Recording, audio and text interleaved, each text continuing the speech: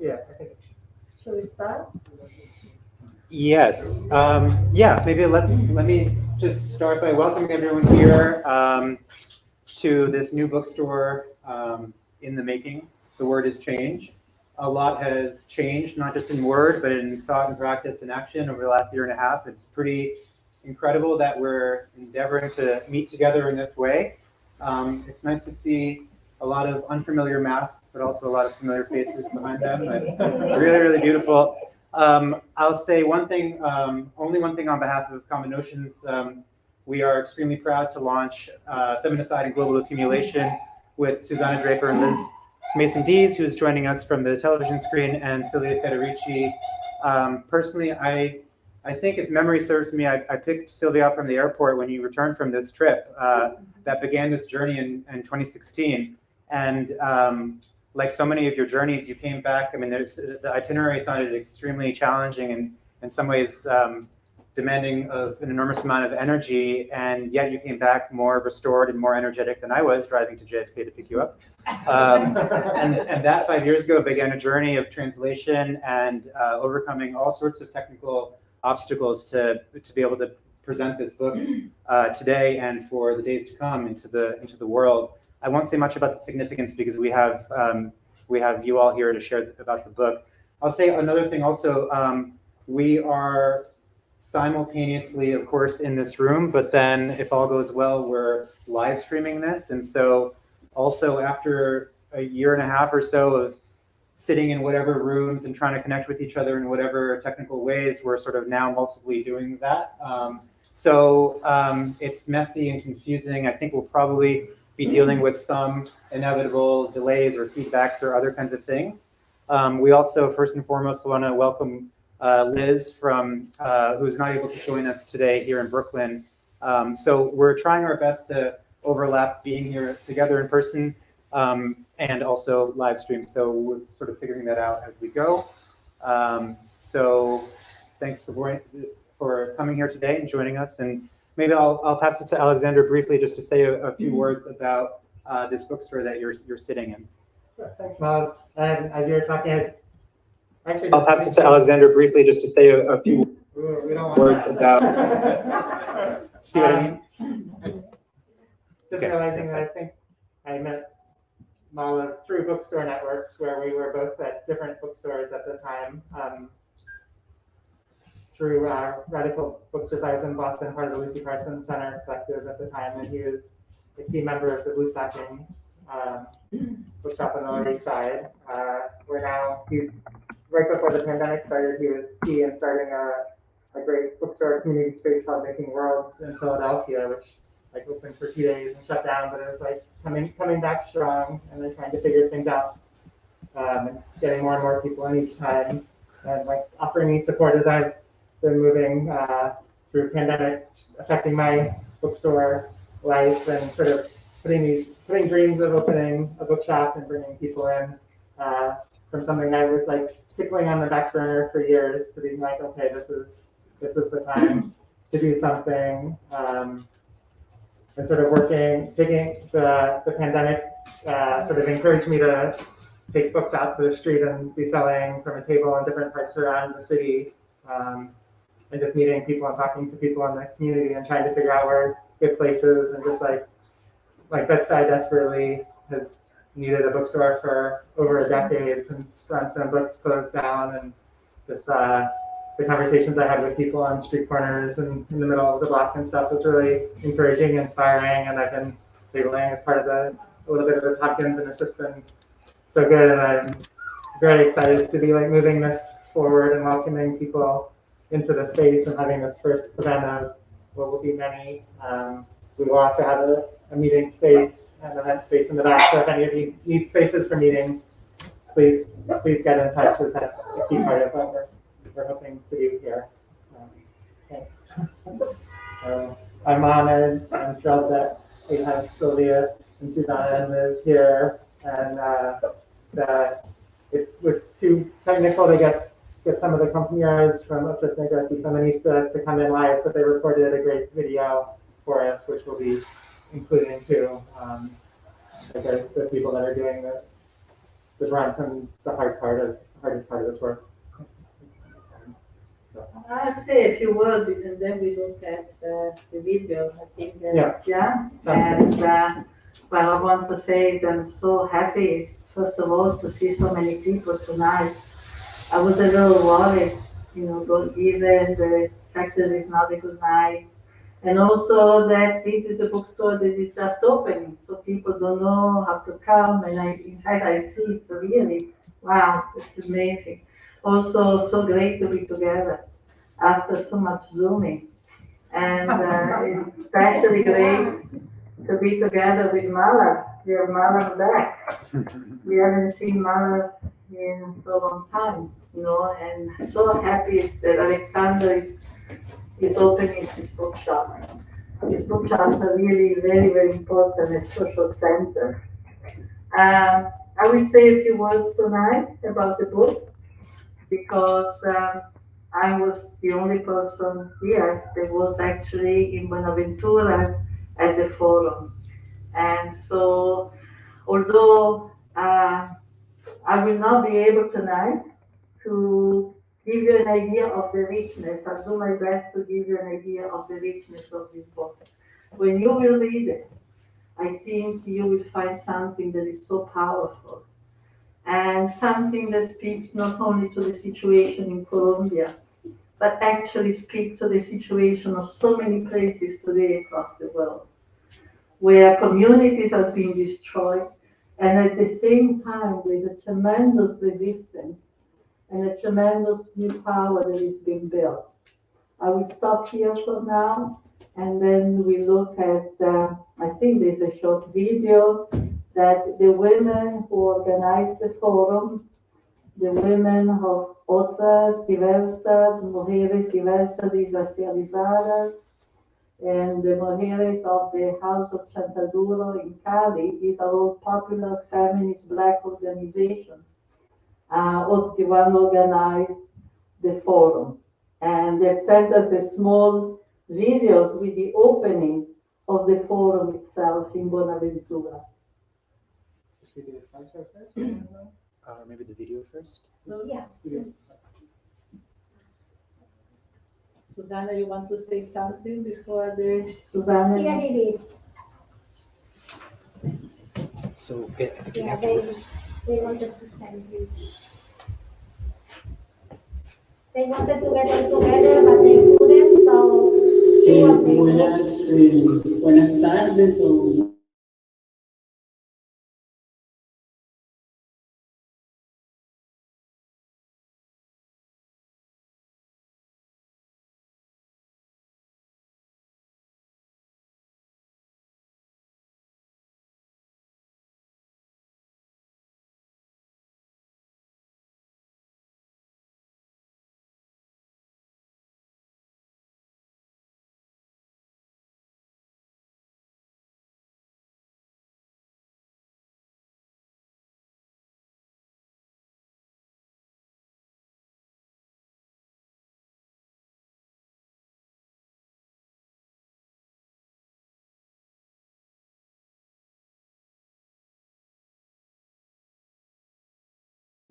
Feminicidio y acumulación global, Feminicide and Global Accumulation, es más que la memoria del foro que con el mismo nombre nos empeñamos en realizar los días 25 al 28 de abril del 2016, ya hace pues 5 años, y que contó con la participación de cerca de 300 mujeres de diversas partes del mundo. Este evento surge de una preocupación muy grande por la cantidad de asesinatos y diversas violencias contra las mujeres en Buenaventura. Buenaventura es una ciudad con un 90% de población negra en donde se ubica el puerto más importante de Colombia sobre el Océano Pacífico, por donde entran más del 50% de las mercancías al país. Es un epicentro de negocios legales e ilegales. Y sobre este territorio se han planeado numerosos megaproyectos de expansión portuaria y de inversión de grandes capitales para los cuales la población resulta un estorbo. En nuestro trabajo con las mujeres de Buenaventura nos dimos cuenta que toda esta violencia desatada contra ellas respondía a una estrategia de desocupación del territorio por parte de los agentes del mal. Sin embargo, esta situación era invisible para el resto del país, aún para las feministas que denunciaban los feminicidios. Se asumía que era una violencia entre negros o violencia de parejas. Se pensó y todavía se piensa que estas formas de violencia hacen parte de nuestra cultura, lo que es contrario realmente a nuestra tradición pacífica como comunidad negra. En la necesidad pues de visibilizar este grave fenómeno y de profundizar en su análisis, nos propusimos este evento al que invitamos grandes pensadoras y activistas como Silvia Federici, que tiene una contribución muy importante al entendimiento de la relación entre asesinato de mujeres y acumulación capitalista. Rita Segato con su teoría de la pedagogía de la crueldad. Aura Cubes, una indígena maya, quiché de Guatemala, doctora en antropología, feminista. Helen Álvarez, de Mujeres Creando de Bolivia, que tienen una crítica al patriarcado muy fuerte y muy original. A Charzad Moja, que es una feminista iraní refugiada en Canadá, con un cuestionamiento muy radical a la cooperación internacional. Sheila Gruner, feminista académica canadiense interesada en los procesos de paz en Colombia. Patricia Godiño, africana, residente en Brasil hace muchos años, una gran académica, y muchas más provenientes de diversas partes del mundo. No es posible mencionarlas a todas en este corto espacio. Ustedes las van a encontrar en el libro junto con sus valiosos aportes. El foro fue un espacio de amplia participación y construcción colectiva. En estas memorias no solo aparecen las ponencias, sino que intentamos recoger el espíritu del evento y los aportes de todas y cada una de las participantes, ya fuera como ponentes, participantes de talleres e incluso en el debate y las preguntas suscitadas en las presentaciones diversas que se dieron. Esto lo van a encontrar en el libro que se está publicando. Marta. Muchas gracias, Betty. Y como ya lo mencionaba Betty Lozano, yo creo que para mí las memorias dan cuenta, en este caso, de los frecuentes asesinatos de mujeres negras en la ciudad de Buenaventura, que se están presentando entre el 2013 y 2015, nos llevaron a indagar sobre las causas y decidimos hacer un foro internacional. Antes y durante el foro, las experiencias contadas por mujeres que habitan el territorio de Buenaventura, tanto en su zona urbana como rural, nos permitieron entender que la matanza feminicida estaba directamente relacionada con intereses de capitales extranjeros en los territorios cercanos al mar, habitados fundamentalmente por comunidades negras. Entendimos que las terribles formas en que eran efectuados estos feminicidios son y siguen siendo estrategias efectivas para aterrorizar a las comunidades y sacarlas de su territorio. Asesinar a las mujeres es cortar la raíz del árbol que sostiene una comunidad.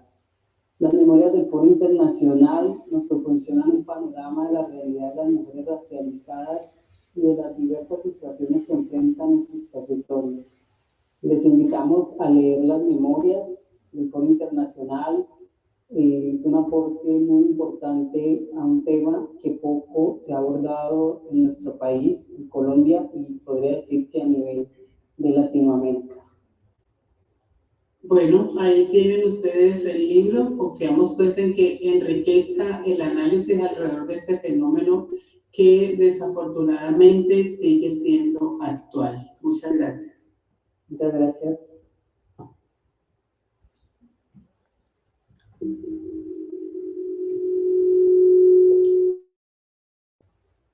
You're going to show the beginning too? the beginning with the women together and The the slide check, sure. see. You know what, I'll do it. You should go to full screen.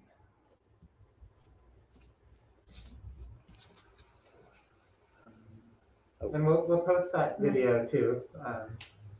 We Uh, had a bigger screen, but it broke.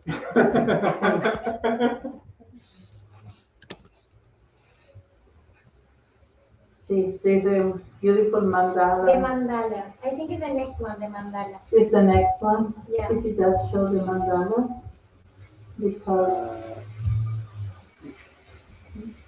Maybe. This one. Yeah. yeah, they filled with all the flowers, and then they put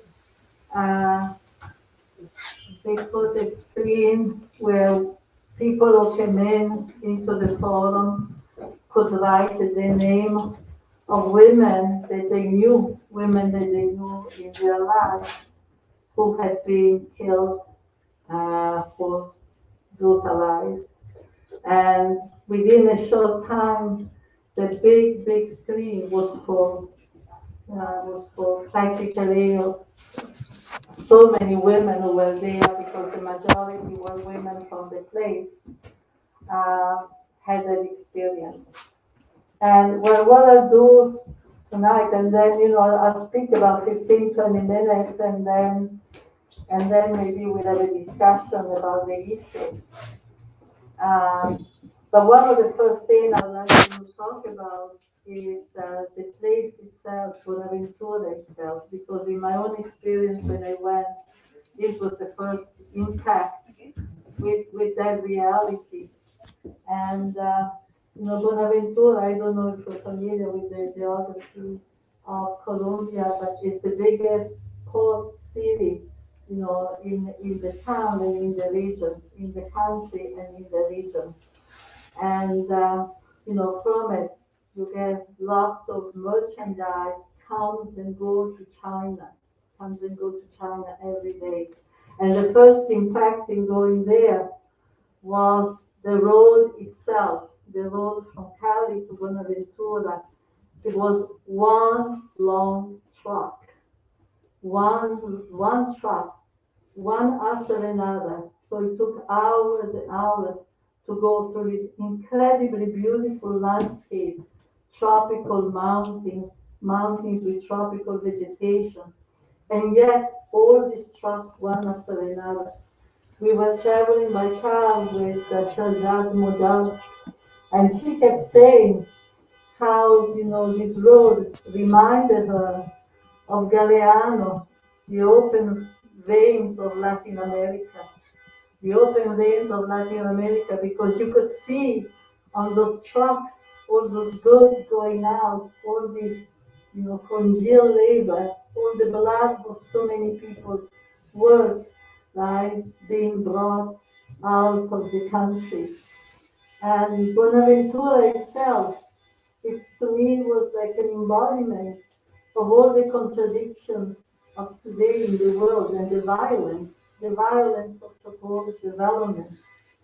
Because it's a town that has all the extremes of wealth and poverty. And you can even see visibly, they have not been able to sanitize. This is what they're trying to do. And many of the massacres and the feminicide had to do with that process of sanitation, which means to expel the worst manifestation of poverty. But as of the time that we were there, you could almost see in the streets, half of the street, the most luxurious hotels that I've not seen in the United States, hotels with a level of wealth invested on them, because you have these incredibly rich people who are coming and negotiating from different parts of the world. On the other hand, on the opposite side of the street, you have people living in the most wretched misery. You have people who are living on stilts in places that are constantly being flooded by the sea, because they are living in a kind of interspace between the land and the sea. A space which for they're trying to recuperate, to make a life of themselves. But of course, these are the very people that now the development plan are trying to dispossess. And the area, there is the Cauca Valley. The Buenaventura is in the middle of the Cauca Valley, which is a very, very historically crucial area of Colombia, because it's an area of marronage. This is an area that was populated by indigenous people, but also by many slaves who left the plantation and created communities. And so it's a place where indigenous population and Black people from Maroon communities have now lived for many, many years. And of course, they are in their history, the scars of a long history of colonization and violence. So the violence today is a violence that has long historical roots, but also this is a population that has tremendous history of resistance. And that contradiction, the violence and the resistance, was a theme that continuously ran through the conference. And in fact, at the very beginning, this is what, the women said. We are here to talk about what has been done to us historically and what has been done to us in the present. But we're also here to celebrate our resistance. And we're here to celebrate, our determination, not to disconnect ourselves from the memory, of our ancestors and the memory of our mothers and sisters, and is helping us in this resistance. Is helping us to create a subjectivity that is not being defeated, no matter how much they're trying to traumatize us. Now, the area has also been particularly affected by violence and militarization because of the politics of the United States. I guess that here everybody knows about the Plan Colombia that Bill Clinton launched in 1998. And the Plan Colombia was something of a war on the Colombian people. It was launched with the idea, presumably, of dealing with narco traffickers who were actually invading the territory and to plant coca leaves and so forth. And also, most important, dealing with the FARC, with rebel military armed struggle armed guerrillas that were in the territory.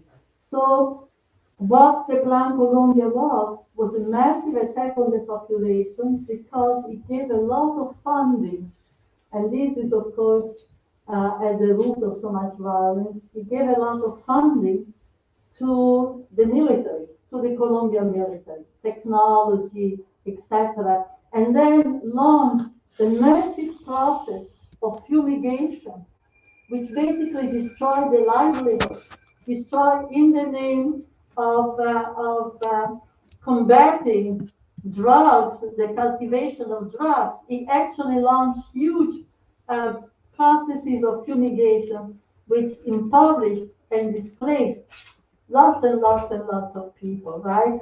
And then, of course, the violence of the paramilitary, the struggle between the FARC.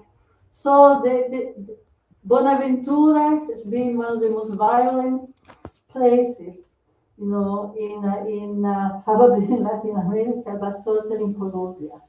It's been a place of constant massacre, and in fact, also many of those massacres was involved in killing of women. And this is a lot of what the book describes, as well as it describes the struggle the women are making. So the idea of the forum, as Becky Ruth, and spoke about, the idea of the forum was to really bring together in this place. The very choice of the place was very courageous, because this is a place that is dangerous. This is a place that there's military all along the road. And all along the road, not only you have the trucks, but you have soldiers everywhere. So you're passing, and in fact, we were told not to travel at night because this would be very dangerous. So it is also a place where everything is private, where nothing is public, nothing is invested by public money. The schools, the healthcare, everything has to be paid and is organized privately. It's really the embodiment of a fully neoliberalized town. So the idea of the forum was to bring together women from a lot of places, or mostly women who came from places who had an experience of destruction, dispossession, and violence against women. And then trying to understand, what are the dynamics that are at work? What are the dynamics that are at work? How do they relate to the contemporary capitalist development, the forms of capitalist development that are, in Latin America, but actually across the world? And what kind of forms of resistance can be organized? And I will talk a little bit about a few of the intervention and some of the themes that were presented. But in no way, as I said before, I can actually communicate the wealth. And some of the articles, I think after you read them, you will remember them for a long time because they describe situations that are extremely troubling. And so the part of the intervention are from the women of from the place, are from the women of the Cauca Valley, are from the feminist organizations, from Cali. Cali, of course, it's the place, the reference, because when you move away from the Cauca Valley to go to look for a job, you go to Cali.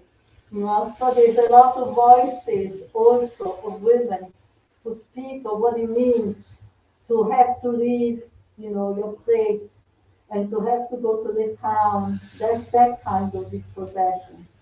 So the voices of the women and what they've experienced at the hand of the paramilitary, at the hand of the soldiers who come into the town, and the kind of violence that is being deployed against them.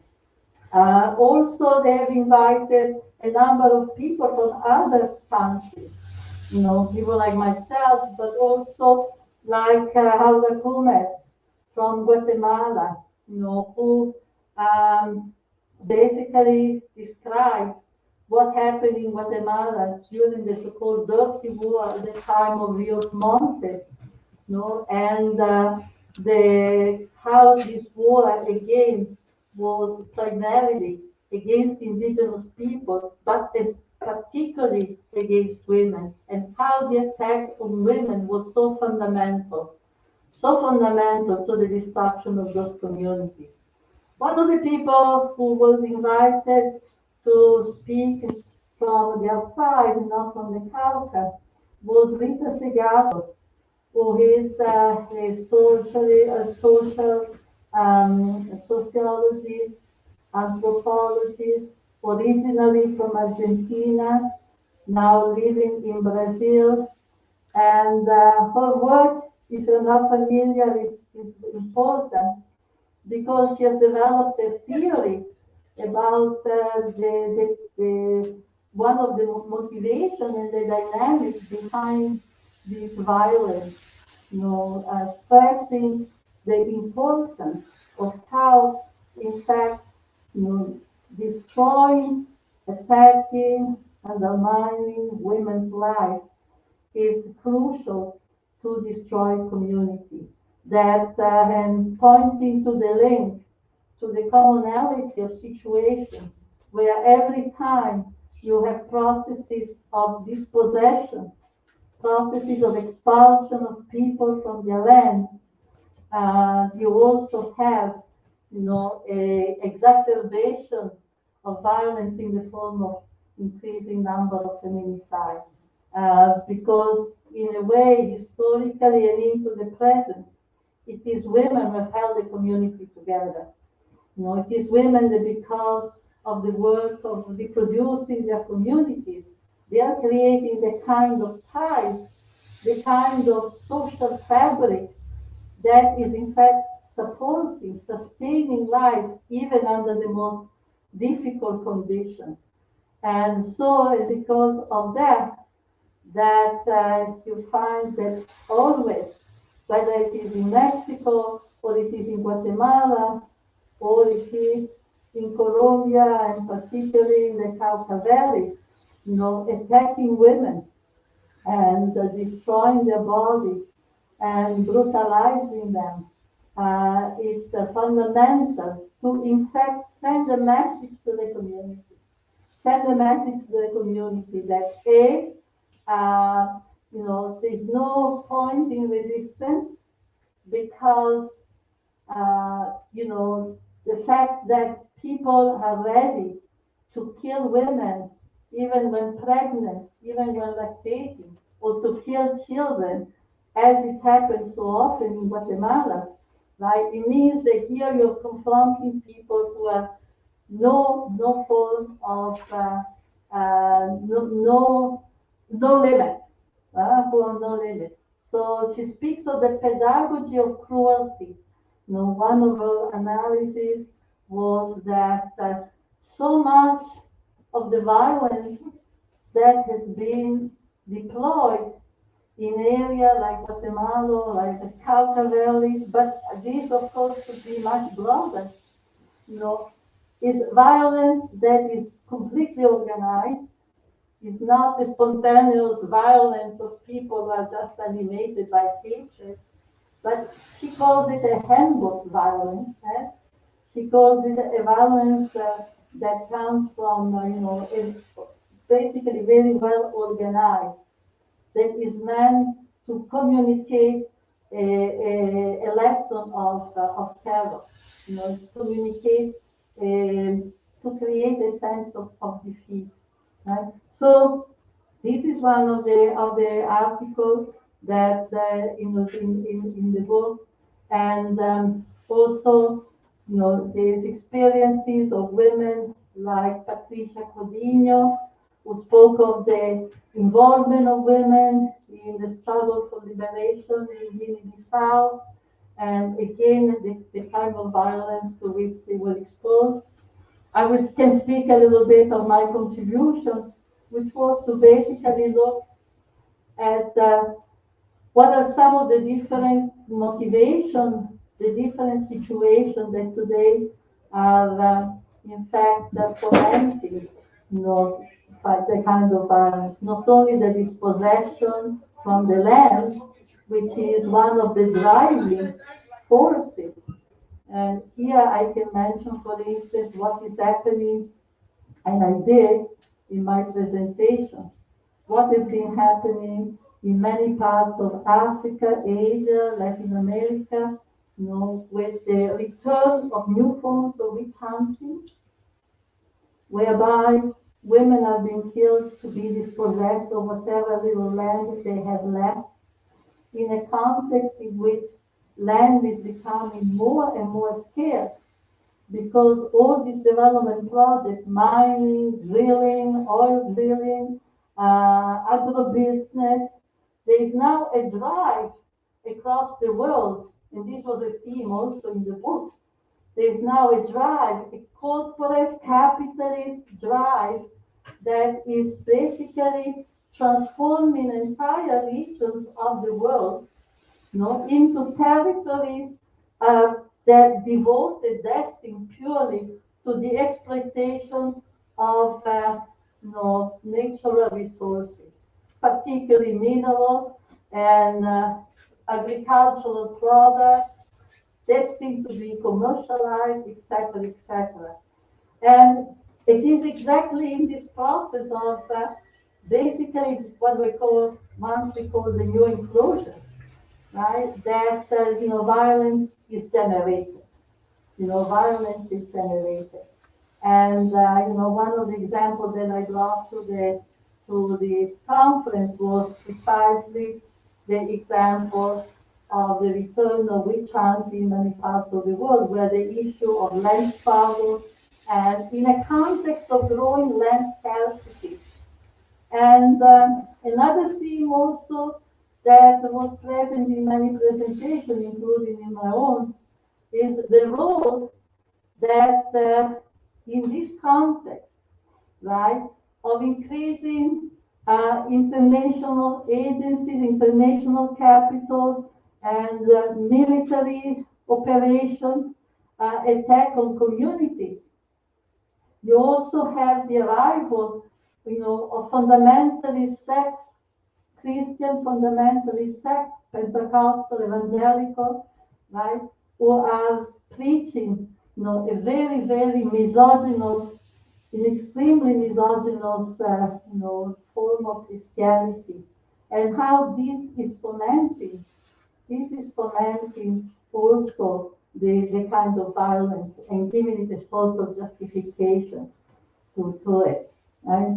Another theme that is also percolating through many of the articles is the question of patriarchy and masculinity and the use of a hyper-masculinity, hyper-masculinization of models, the relaunching of models of extremely aggressive masculinity to convince, to justify the work of the military, and how this was visible in many of the encounters between women and the militaries who were entering into the villages, attacking the communities, and carrying on acts that are really difficult to imagine. Obviously, there's been a process of dehumanization that is taking place, to which so many young people are being put through, and of course terror, because often it was clear that the violence that was perpetrated by youth who was afraid that if they not carry on this violence, they themselves would be victimized. So these are some of the issues that were presented in the different articles. And but probably some of the most important was also the discussion about how to respond to it. What is the women are doing in response to it?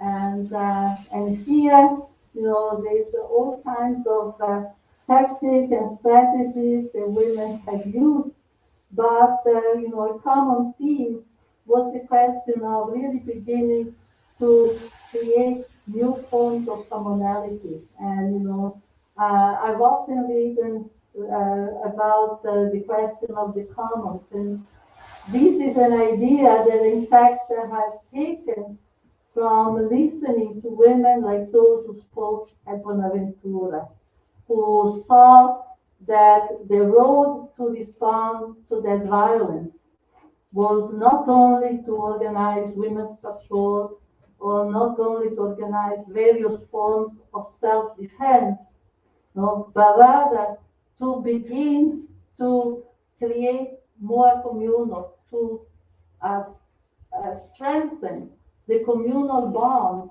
among women, in order to break down the increasing isolation, the increasing separation in which we are forced to organize our life.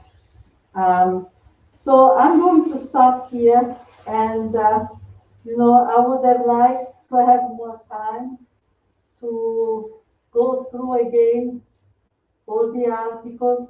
I've been able only to go look back at some. This was 5 years ago. And so there's a lot in these articles more than I can communicate to you tonight.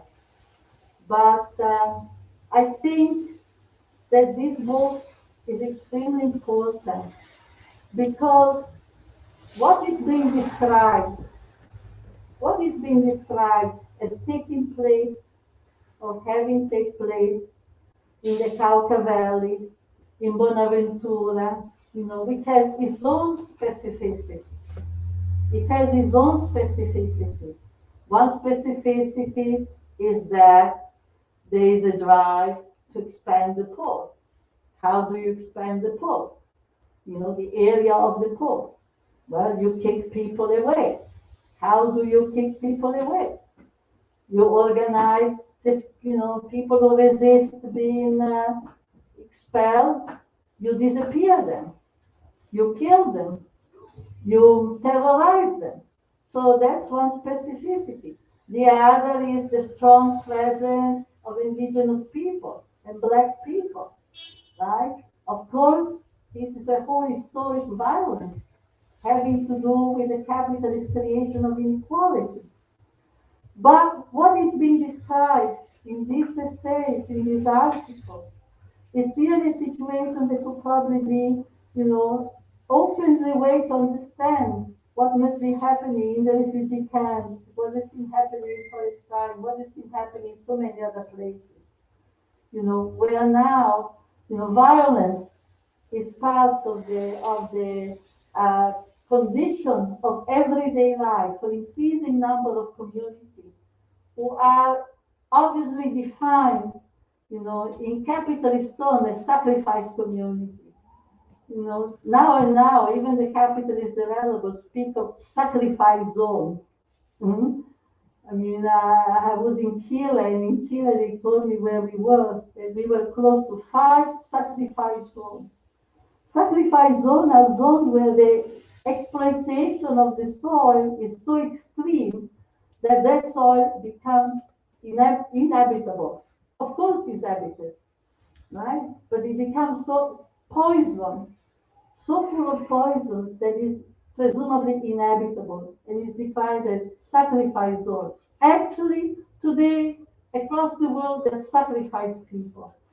And the struggle against women is against that. But the other hand, and I think that's why the book is so important, is because you see that despite of that, there is a tremendous amount of struggle. And this struggle is one of the most crucial that are taking place today on the planet. And it's not one that is so far away from us. It's not one that is so far away from us. And I think that this article is something that really should be read and really thought through, because I think it says something very, very powerful about what is taking place today in the world and what we need to know if we want to really make a change. Thank you.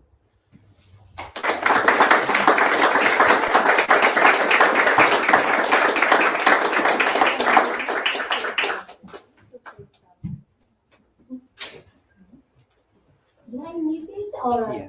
Yeah? Yeah. Oh, okay.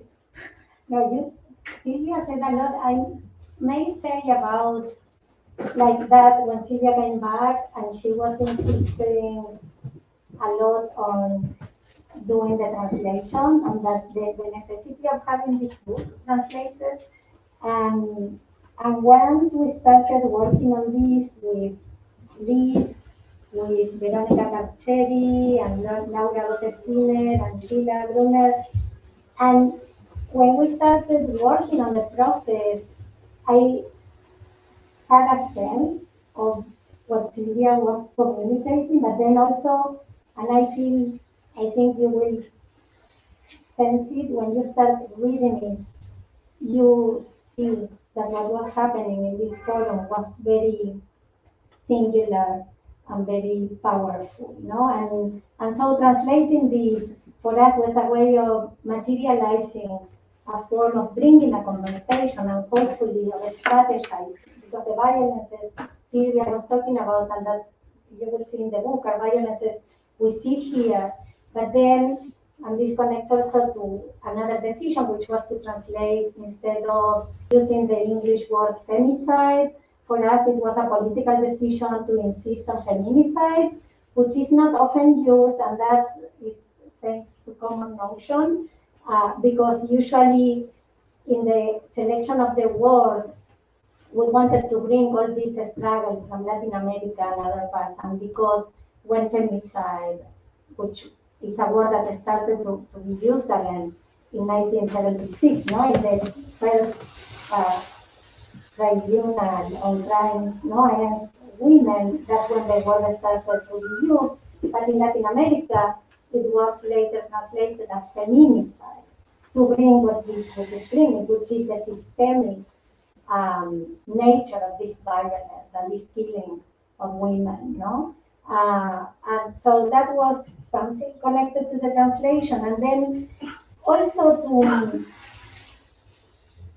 bring what Silvia was saying, and that you will find this in the middle of this violence and killings of women, and as the compañera from Otras Negras and Feministas said, to kill women is to cut the roots of a tree, Era cortar las raíces de un árbol. And so to destroy the community, to divide, what we see here, all the, like to divide, so that there's no way of thinking of a way of resistance. But, and this is what in the book is really important, resistance there is not resistance as resist this violence, is to resist from a place of re-existence.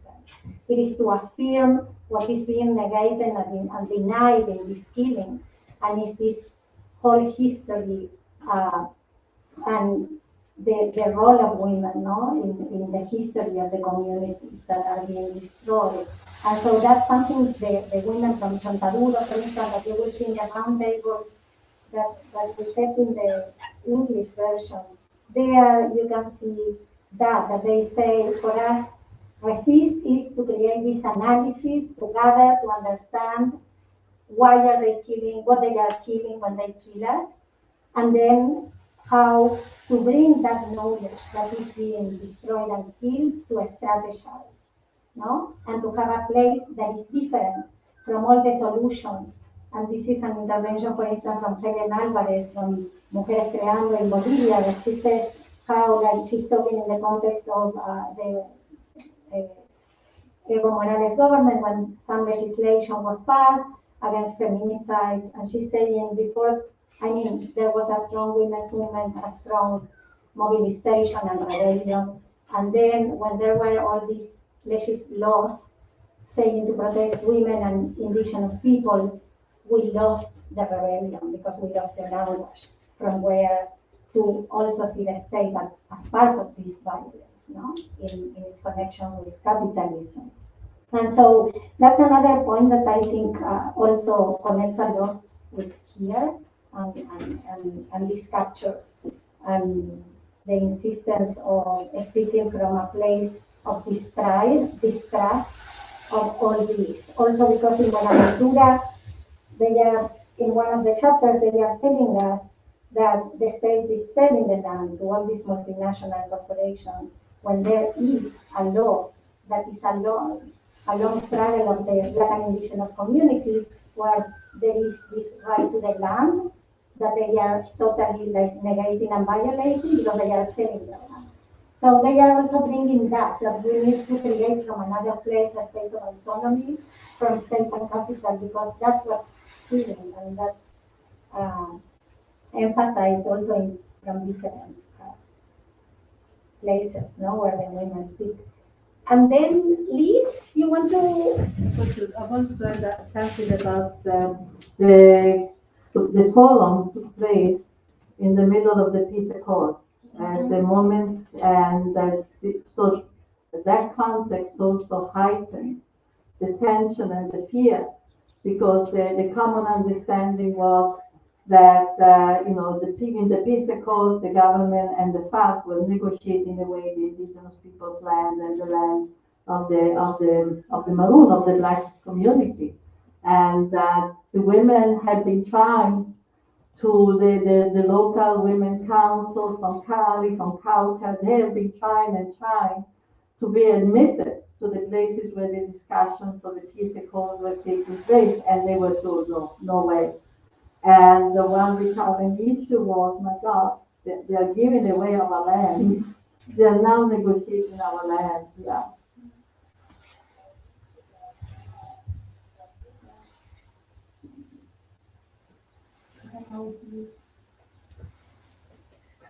Liz, you want to? Can y'all hear me? Give it 1 second. A little tech transition.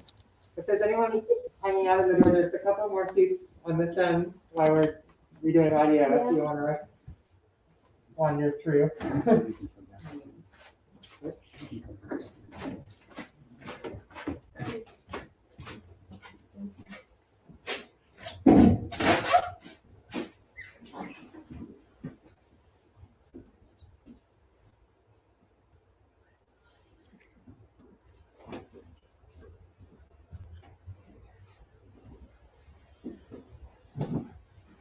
Am I good, Malav?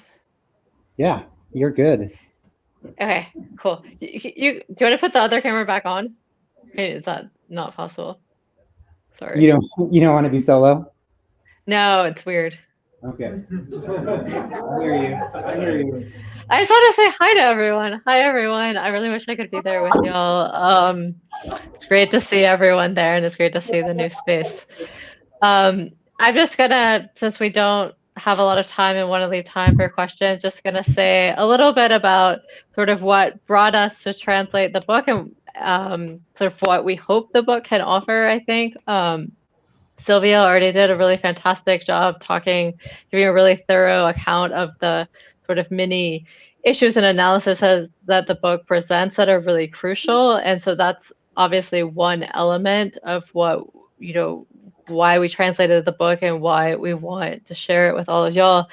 But another element has to do with sort of seeing this forum, this book, all of the organizing work that went into the forum, and then that came out of it as part of a broader process of feminist struggles in Latin America, which are truly some of the most dynamic struggles in the world right now.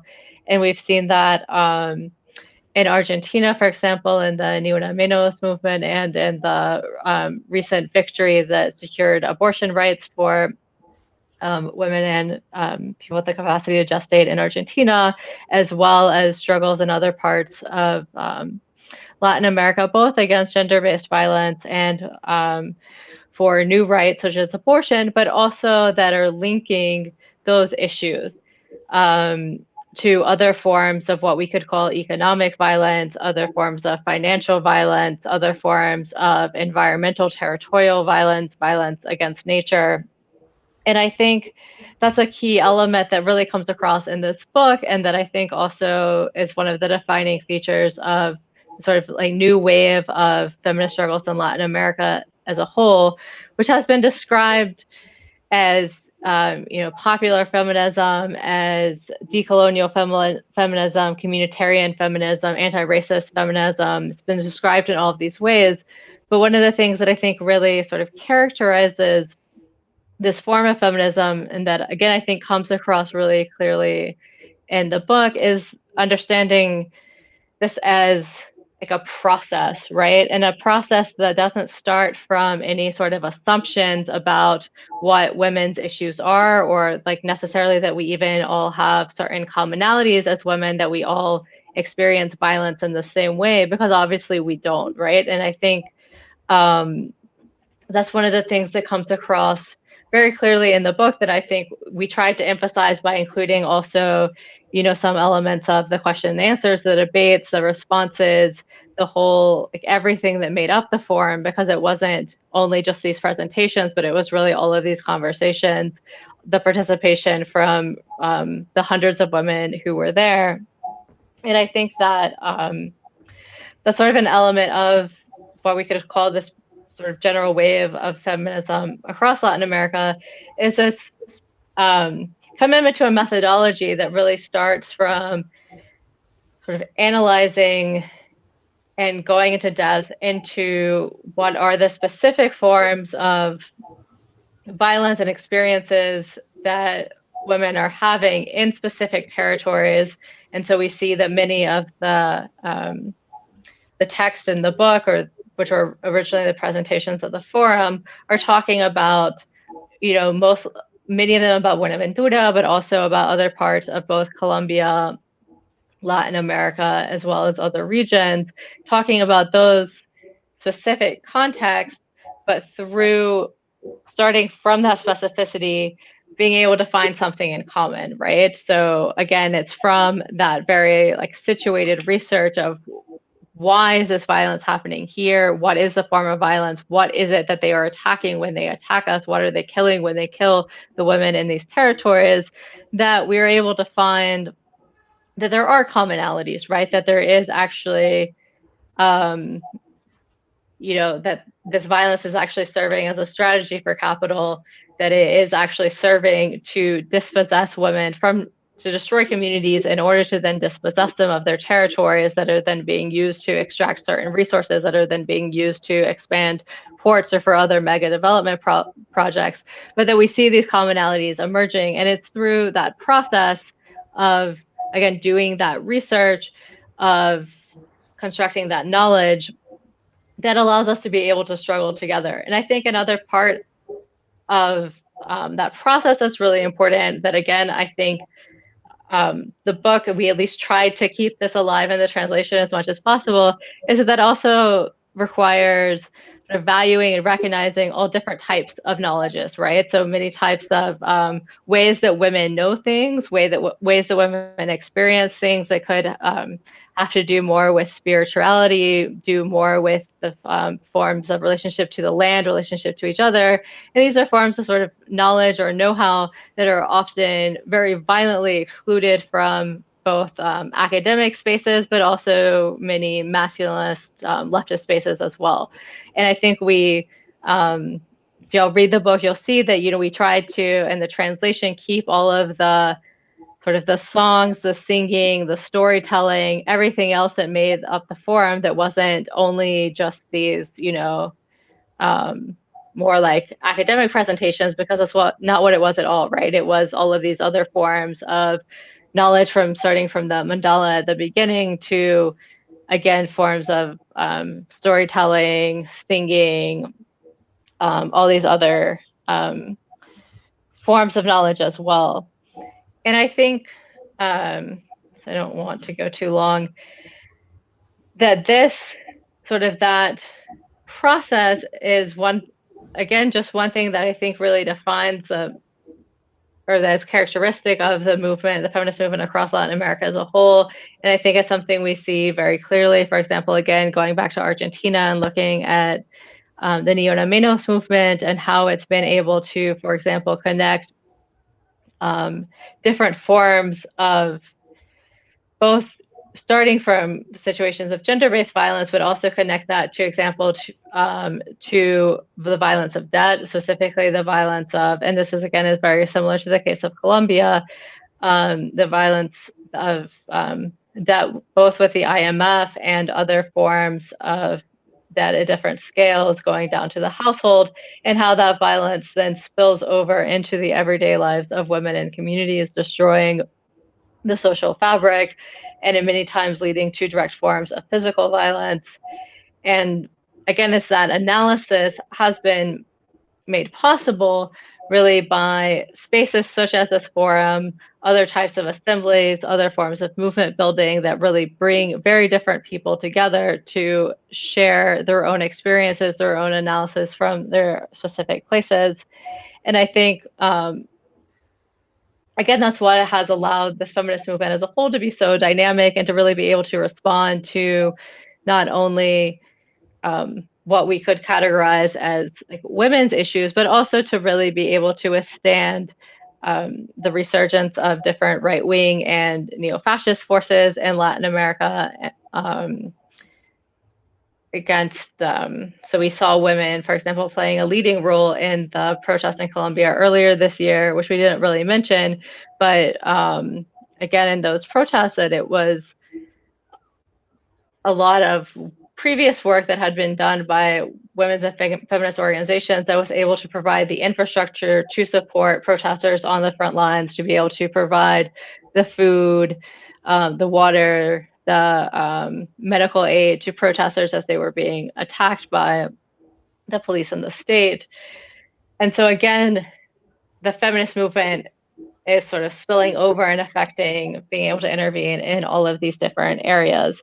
And I think that's the final point that I think is, again, important, that you read it in the book, these horrific stories of very horrific forms of violence in different ways and in different places.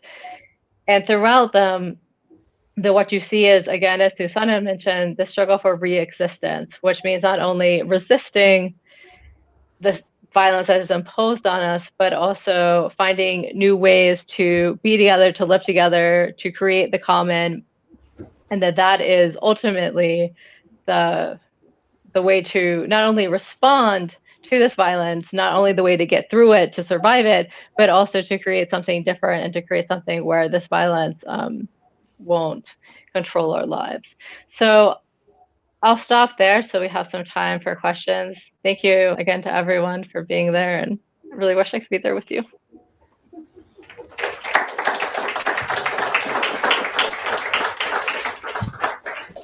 So before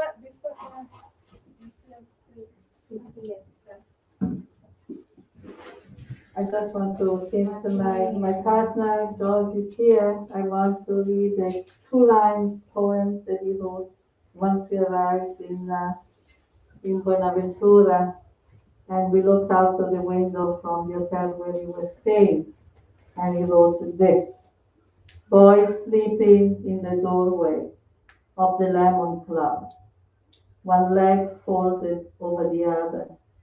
The rain falls gently, as if to cup him in its hand. Where are we going this morning?" That's the calling.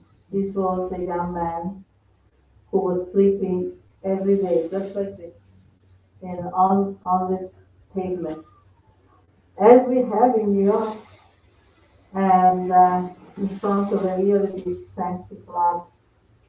And it was really the scene that was all around us.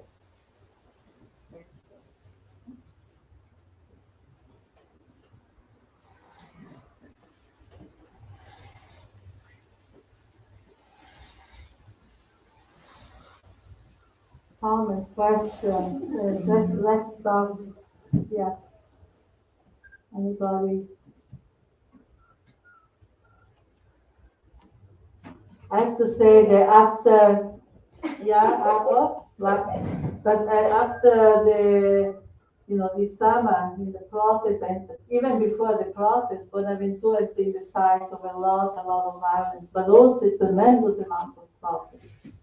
And and after the peace accord, actually the areas that were vacated by the FARC have been filled by paramilitary.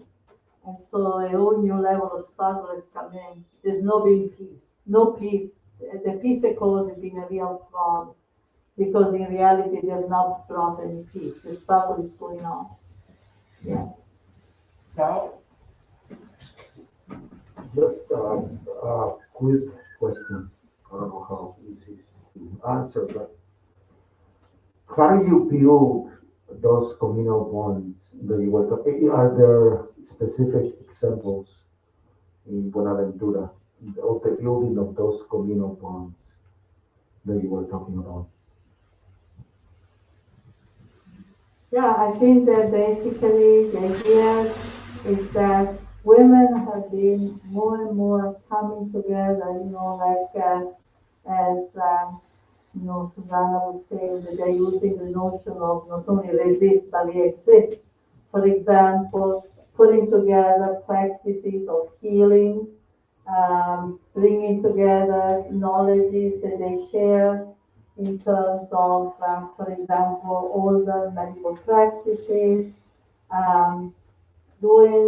organizing the way the production of everyday life, in terms of the taking care of the children and so on. In other words, they thought, yes, there are many ways in which we can fight these people. Right? We can, for example, patrol the street, going out together, organized form of self-defense, but these are people who are armed. And so the two ways is like strengthening, what you do on a day-to-day basis, so you don't live your life separate. The idea, oh, this is my private problem, this is my private situation. I have problem with my husband, but I'm not going to talk about it, etc. And the other is also the children. The big thing is also the new generation. Because that was another theme that came up. I didn't talk enough about it.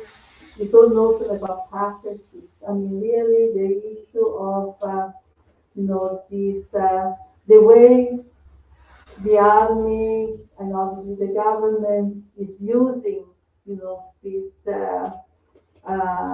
basically giving the men the sense, that they have the right to, the women should live under their control.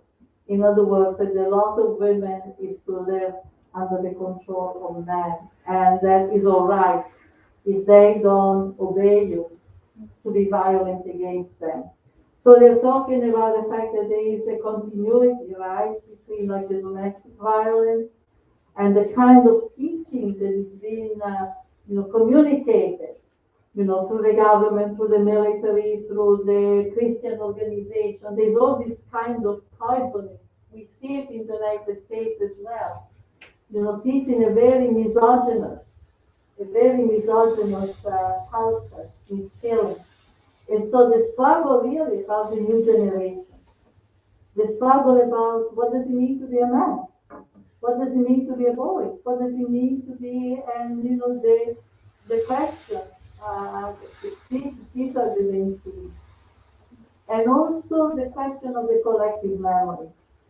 I think this is a very, very important, as so many women spoke about what it meant to, because you can be, the relationship with those that died, the relationship with the past generation. This is a strong theme, not only in the forum, but also other communities, other women, other feminists in Latin America I talked to, for example, in Guatemala. So many times women have said, we gain our courage, from the people that died, because we don't separate from those that died. To us, those who have died are very present. It's not just a formula, And so the idea of keeping alive the story, the memory, the struggle for those who have become before, to see the community in a broader way than those who are actually living, present in the States, but to see the community, to gain the strength from what people have done in the past. The mothers, the fathers, the fighters, etc. So the question of the memory, also a very important element.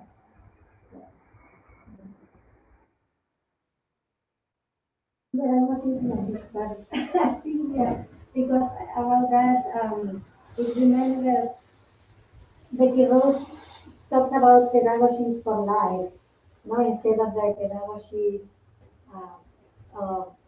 cruelty, no, that we were talking that Casegata, how he explains his violence and how in that memory of knowledge that has been negated and they are bringing the possibility, of remembering how to do things, mostly in a Maroon community. And then this is a part, maybe to bring their voices, therefore looking for others' fears of making life, research, organizing ourselves, putting in practice all of those historically negated practices.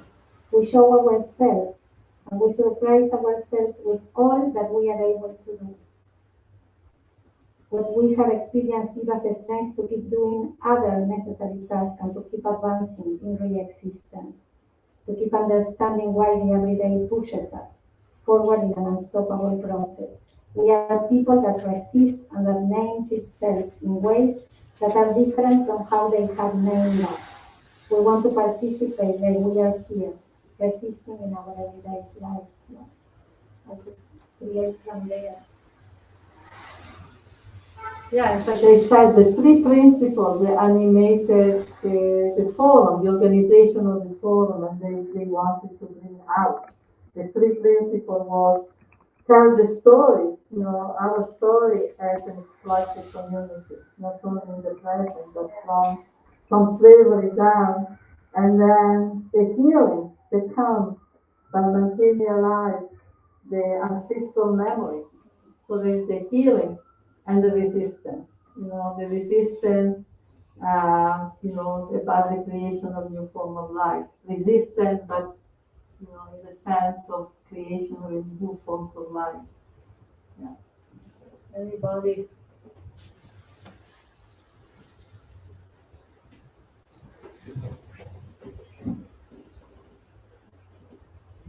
But these are the stories that are also resonating with what is happening in the United States, in so many communities in the United States. The stories of Standing Rock, the stories also of many Black communities. And that's why I think it's so important. And particularly now, because I think there is a very, very clear drive. You can see in every part of the world what is happening in Africa now. There's not much discussion, but what has been happening not only in the Middle East, but also where practically communities, societies are being destroyed. And, as somebody said the other day on Chochodowski in Democracy Now!, turning to a territory. Territory is a place where the local population has no claim, right? Basically because so much destruction has taken place. That at least is the goal.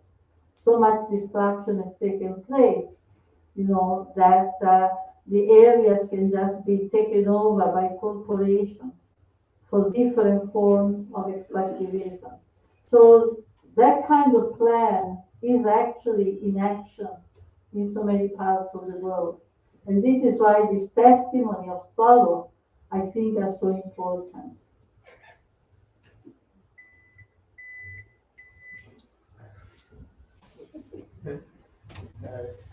So guys, let's hear something. Let's hear some of your voices. We want to know because for us, this is part of what we want to fight against.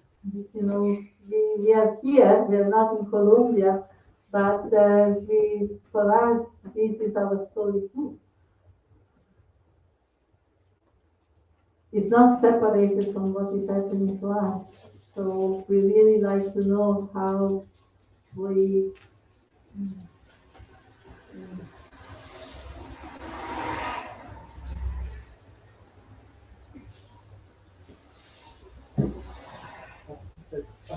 Yes, oh, sorry. Oh, yes, the guys, I just think you have to talk. Because, yes, absolutely.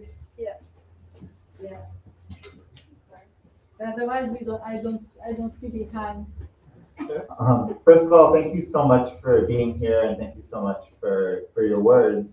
I think a lot of what we or like that has been on my mind lately has been, how do we imagine a world without feminicide? And so I'm really curious, after all of the work and the forum and the conversations that you've had, what the kind of collective conversation was around that imagining of that other type of world where this is not the global issue that it is, unfortunately, and has been historically. Yeah. So. Yeah, I think it's important. I think you get many voices speaking to it in the book. How do you create, for example? I mean, there's obviously different forces that are acting in a territory, in a situation where you have, this man coming in, because it's mostly this man coming in and cutting people to pieces. As is described, for example, in Guatemala under Rios Monte or in Buenaventura, or cutting open pregnant women and things like that. Right? What are the processes? And obviously, clearly, the role of the United States is fundamental. the way, they've taught and instigated, dispossession, torture, and so on. So right there. But the other side, and totally related, is what is the process whereby sometimes young indigenous men or a young non-indigenous, is transformed into the kind of, well, no monsters, but something that looks like a monster, right? That they can carry on that type of violence. What is that process?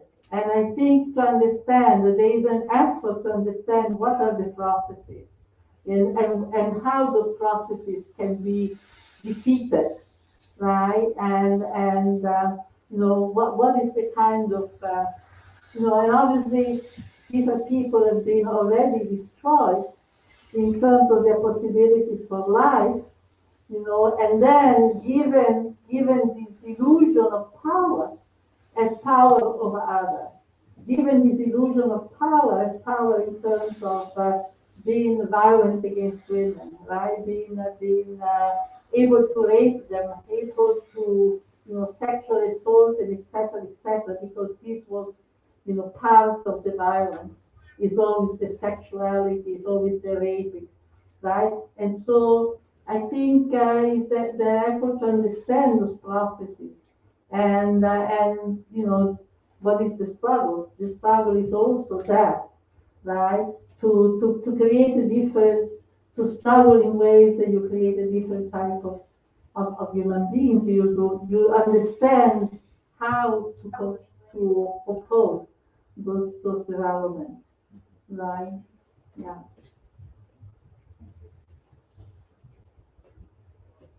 Yeah. So I'm a teacher, and I'm especially over the past few years been trying to do more work, especially reading in terms of like bringing like abolitionist work and anti-misogynist work and those just equity into the classroom. What would you say? How could you bring that into the realm of education? That sort of resistance against misogyny and patriarchy. How would you bring that into the classroom? Well, I think I don't know, but I think in a teaching context, right? I think in a teaching context, a lot has to do about the relationship beside the reading. Of course, there's all these great readings, but I think the most of all is the practice of how you have, the children in the classroom deal with each other. And I think it's that practice that is the one that is most powerful and most transformative. You have to teach children being understanding, tolerant of each other, how to be caring, how to be sensitive and seeing things, what we see in a situation, what we see when we are with other people, what is that we are able to understand of what another person is experiencing. And I think that to develop that kind of sensibility, I think is something that is very important in a child. And that I think is what it is, to bring out what is potentially there. The reading is good, but more important is how you deal with the other kids in the room. Yeah, and how do you deal when difficulties are emerging? How do you deal when you do something and you're tempted to lie and so on, whatever? And to create a sense of possibilities and something that does not crush, humiliate you, because the violence comes usually from people already being killed inside. You don't carry on those acts of violence unless you're dead inside. You don't open up the belly of a woman who's going to be birthed unless something in you deeply has died. And I think we need to recognize that.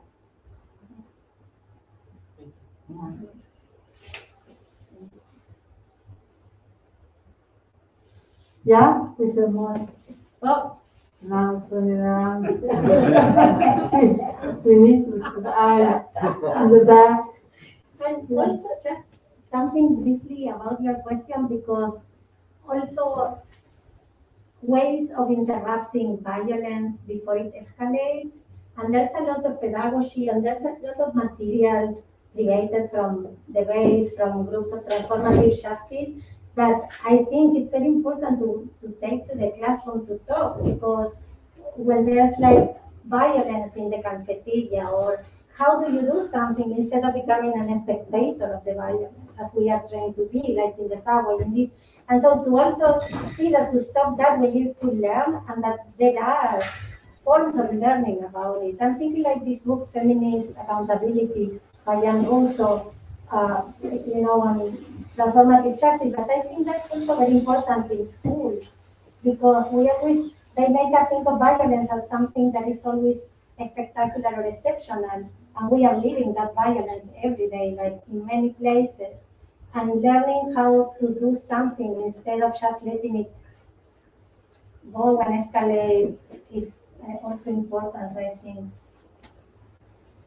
Yeah, and I mean, I think in the United States, for instance, I don't think, and here I follow the feminist movement, I consider, because I think there should be a feminist insurrection against all this, violence that is constant, is poison through the video games and through many other forms in which, children across the country are being daily indoctrinated to be violent and to be desensitized, to violence. And it's so diffuse now. I mean, I see it everywhere. And right now, I go around, I walk in Prospect Park every morning. And through the summer, I've seen hundreds and hundreds of children by the different companies that are obviously doing child care, spending the morning beating each other up with these, phony swords and sticks. But that's what they did all morning, pom, pom, pom, pom, pom, pom. And they say, I kill you, I kill you, I kill you. I mean, I was amazed. And I talked to the young men and women who are with them, and they say, oh, that's nothing. They don't kill each other, they don't hurt each other. They learn. But the children say, I'll kill you, I'll kill you. They say that. And I'm amazed. There's such things, for example, of not creating any, I seem to have been the only one in the park who seemed to be upset and going to talk to these people. Otherwise, it's normalized that you have children beating each other's up, and so it's lots of very small things. Obviously, in these places, you're confronting the level of violence that is strong, organized from above, with organization. But then there are many steps to it. There are many steps in the transformation. And I think it's very important to understand what are the dynamics that produces this situation. Silvia, Liz would like to say something. Yeah, Liz. No, Sorry.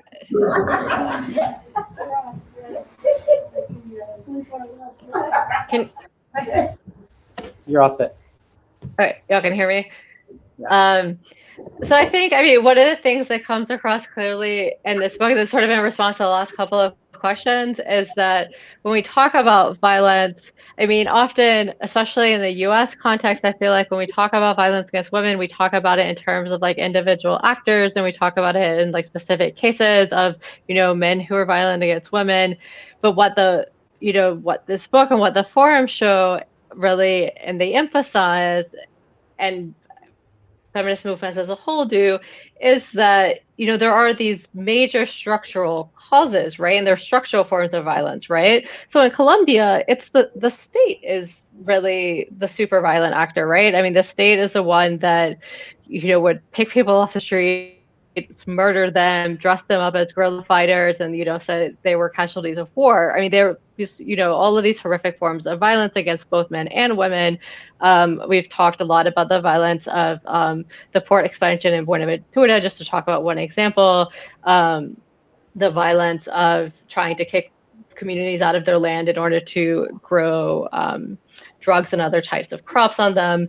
And so we have that level of violence. And I think what this feminist perspective allows us to do is to see the connections between these different like scales and levels of violence, right? And to see how, you know, that violence of the state and capital spills over into our everyday lives, it spills over into our homes, it spills over into our communities, and to understand those in relationship to one another, and to understand that really, that we have to work on both levels, right? So we have to like simultaneously be thinking about how we can create new ways of relating to each other that are fundamentally nonviolent, that deconstruct different forms of, you know, masculinity, that deconstruct these sort of violent ways we have of relating to each other. But that ultimately, if we don't also at the same time, and again, as part of that process,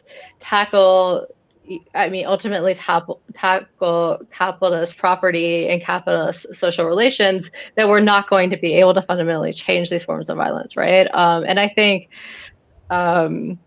I think that's what really comes across in the book. And I think, in terms of, sure, that's maybe less in terms of like providing a practical solution, maybe it's like less easy because it says we have to like do all of these things at the same time. But I think that ultimately, that's what these women in Buenaventura are saying. And I think that's what a lot of feminists around the world are saying, is that we have to figure out a way to basically tackle both of those levels at the same time, to think about how we're relating to each other, how we raise our children, how we raise them to be in the world, but at the same time, tackling these things that are destroying us, right? That's what I was going to say. Thanks. Maybe it's time for people to buy the book.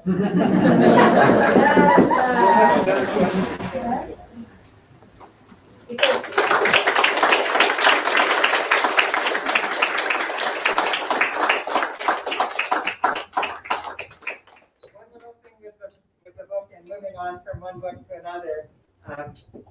So the Feminicide and Global Accumulation is actually coming out at the end of the month. So we have it here, this is sort of the launch event for it.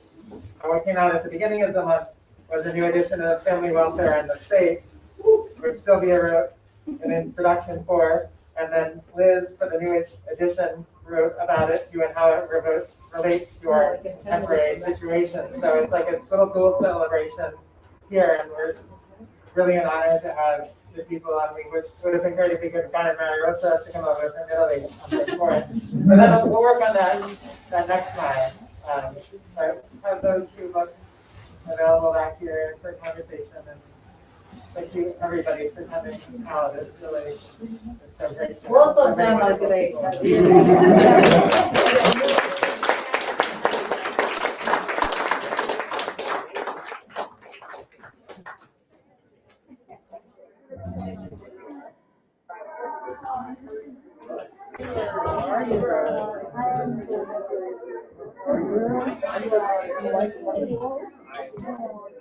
I saw Paula yesterday, the other day, and her life is really great. You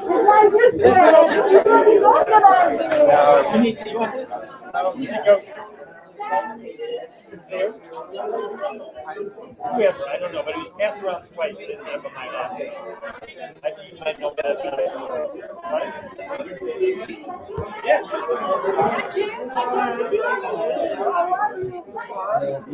Oh. Okay. I'm gonna do it. I'm gonna take a photo.